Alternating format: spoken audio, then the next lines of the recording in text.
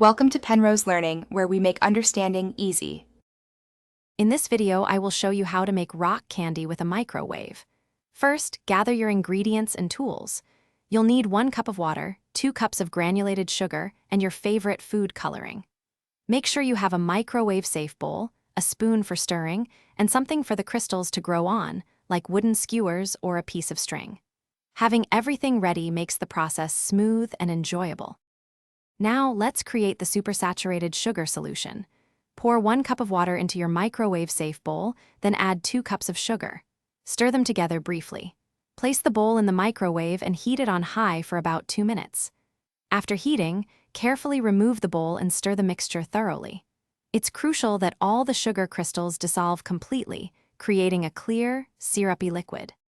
With your sugar solution ready, it's time to prepare for crystal growth. Take your wooden skewers or string and dip them into the solution, then let them dry completely. This provides a rough surface for crystals to adhere to. Next, add a few drops of your desired food coloring to the sugar solution and stir gently. Finally, carefully pour the colored solution into a clean glass jar, leaving some space at the top. Now for the exciting part, growing your rock candy.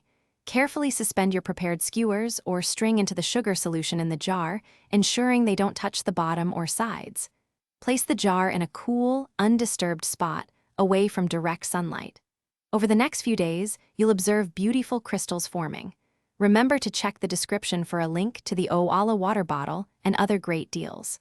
Once your crystals are the desired size, remove them, let them dry, and enjoy your homemade rock candy. Thanks for watching. If this was helpful, leave a like and consider subscribing. See you next time.